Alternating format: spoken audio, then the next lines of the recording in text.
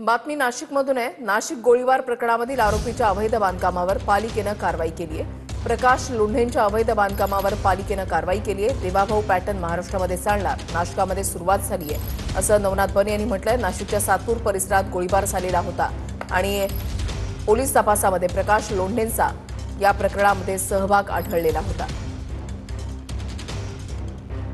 महाराष्ट्रामध्ये जिथं जिथं गुंडगिरी असेल, जिथं जिथं अशा पद्धतीचं अनधिकृत अतिक्रमण असेल, त्या ठिकाणी देवाभाऊंचा बुलडोजर निश्चितपणे चालणार आहे। याआधी आपण बघितलं, मुंबई असेल, नागपूर असेल, ठाणे असेल, मीरा भाईंदर असेल, गुंडगिरीच्या नावानं जो कोणी अतिक्रमण करून सर्वसामान्य नागरिकांना त्रास देईल त्याच्यावर देवाभाऊंचा बुलडोजर चालल्याशिवाय राहणार नाही।